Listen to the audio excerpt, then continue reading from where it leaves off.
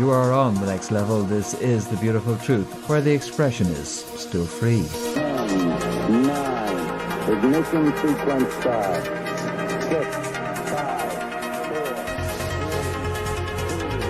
3, 1, 0. All engine running. Liftoff. We have a liftoff. And you are very welcome. This is The Beautiful Truth on breakfornews.com with Fintan Dunn reporting. Folks, tragic and terrible day in Italy as news announced. Italy reports a record 368 new coronavirus deaths in one day. A tragic day for Italy and something that's given concern to people globally as they wonder just what the impact of this coronavirus epidemic might be. So let's dig into that and let's look at an alternative explanation for the death rates that you're seeing in Italy. I'd like to draw your attention to a story, and here's the focus now where we're looking at. You can see Italy there. That's the area Lombardy around Milan, where the vast majority of these deaths are taking place in Italy. And I'd like to bring your attention to a story. Pollution levels fall in Italy in the wake of the coronavirus outbreak, and that's all about on Axios.com about how pollution levels have started to crash. Let's take a look at that. Here's the satellite data, which we can see 7-day running averages of air pollution across Europe during the January to March period. Take a look at this now. See that particularly dense dark red spot in the center of your screen now. Let's just take a look at that. That's the area we're looking at from Lombardy and to the east of Lombardy. And watch what happens as we move into January, February. Still quite intense. Look at the intense red there. And we're moving on further and further. And look at what's happening as economic activity and as we begin the shutdown in that area until by the end. What is this on the graph? 3rd of March to 9th of March. You can see it's really, really reduced. In fact, take a look at the satellite data in close-up now.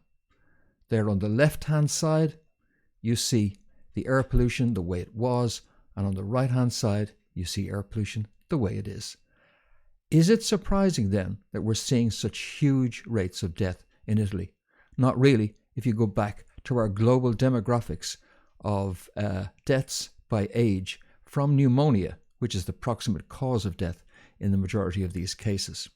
Look at how back in 1990, under 5s pneumonia was the leading cause of pneumonia deaths globally, and over 70s in the pink bar was the second most common, and that was driven hugely by air pollution.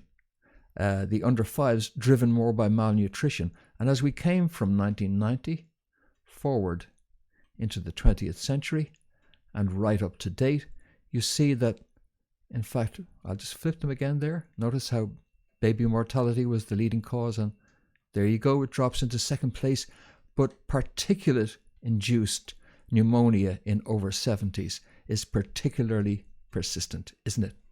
It's hard to shift it. Well, it certainly is if you're going to run your economies with this, as the headline points out, and this is from the 30th of January 2018, just a year ago. Milan, the epicenter now of this pneumonia epidemic, has the second worst smog in Europe. According to who? According to the WHO, the World Health Organization.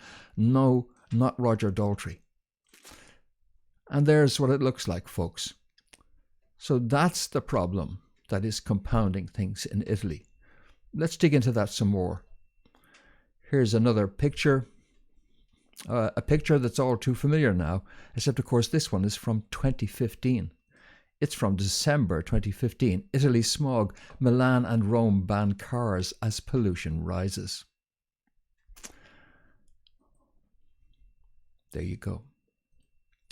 So these pollutants can have terrible effects, including NO10.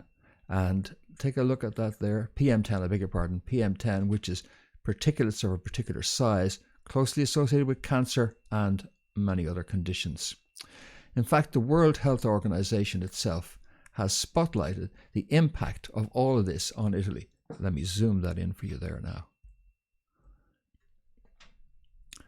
They say average levels of particulate matter, 10 micrograms or less, in Italian cities in 2002-2004. This was a 2006 review now.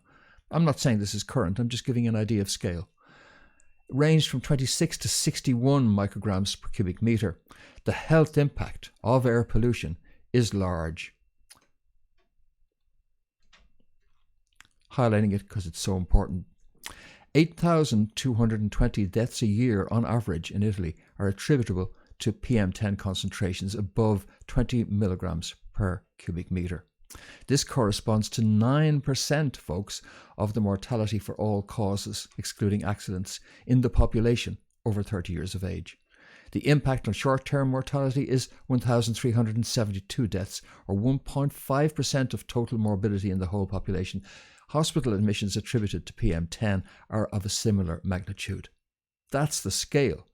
Now, that's 8,000 deaths a year, they're saying, across all Italian cities. And of course, they're vying with each other, with Milan and Rome leading the charge. But you could spread that out maybe and start attributing 1,000 deaths a year in the Lombardy area, perhaps more, 1,500 deaths a year in Lombardy at least, which is driven by particulate matter. And so if you expose a population which has got that kind of lung health to an invasive virus which causes an immunological overreaction in a percentage of patients, you're in deep trouble. Let's continue to review where we're at. Coronavirus cases at 179,000 with 78,000 recovered, even though there are 7,000 deaths. It's worth bearing that other figure of recoveries in mind. And let's look into how that breaks down in terms of the seriousness of those in critical or in the hospitals. So we have globally, of the 94,000 currently infected patients, because there have been recoveries, right? Active cases, 88,000, 93% are in mild condition and 7% are in serious condition. Let's dig into the data country by country and you'll see something with that 7% serious or critical, right? So here are our leading countries now suffering the epidemic. And in fact, it's Italy which is leading the bunch, although Iran not far behind in terms of pure numbers, 349. Italy, 129, Iran.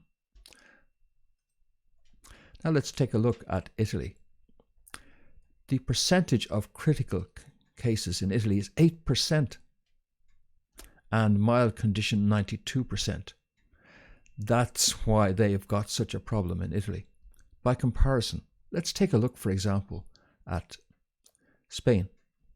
Spain has around about the same or higher number of cases, 23,000 versus 8,000, right? 97% in mild condition and 3% serious or critical, compared to 8% in Italy. And let's take a look at Iran. Iran has pretty much the same as Spain, 9,000 cases or so, 100% in mild condition. And serious or critical condition, among those patients, 0. That's an incredible figure. 0. This is not a small sample size. This is 10,000 people they have in hospitals or in other facilities who they've identified suffering with this virus, and they've got 0% of them in a serious or critical condition.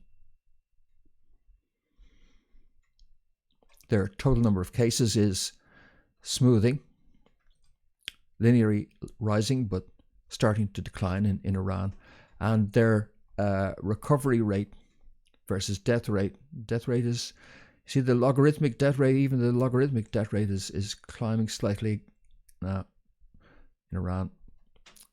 And there's their new cases versus new recoveries in Iran. By comparison, we pulled that Italy figure up, new cases, new recoveries. You will get jagged graphs like this because the case numbers at 9,000, 10,000, still not huge enough cohorts to produce smoothing, as you see in the Chinese graph, for example. So that's the state of it, folks. This pneumonia issue is driven by particulate matter. The particulate matter is a key driver of what's happening in northern Italy. And this is the graph that says it all.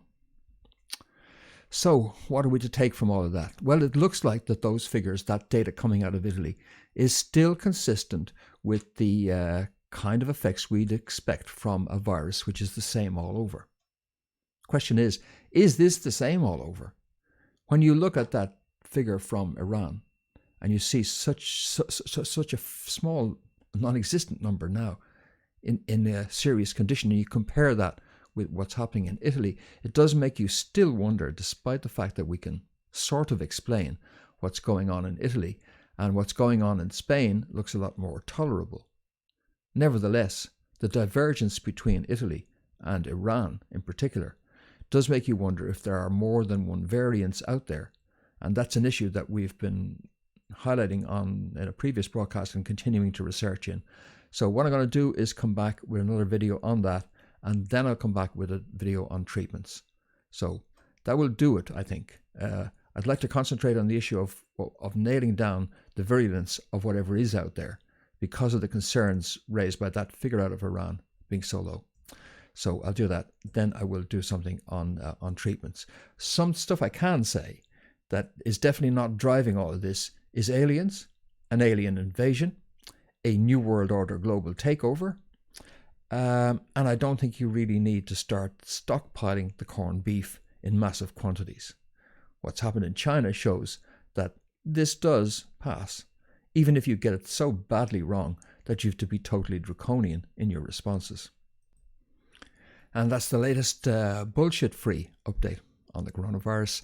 I'll keep it up. Thank you very much for the comments. Thank you to those who are sharing this video around. And I will continue to put out information which is solid, fact-based, based on proven stats, and at the same time not mindlessly buying everything that comes from mainstream media, which is almost as alarmist and useless at this stage as a source of reliable information as are some of the hysterical people on the internet. And that's saying something. So let's keep it real, folks, and I will be back very shortly with more.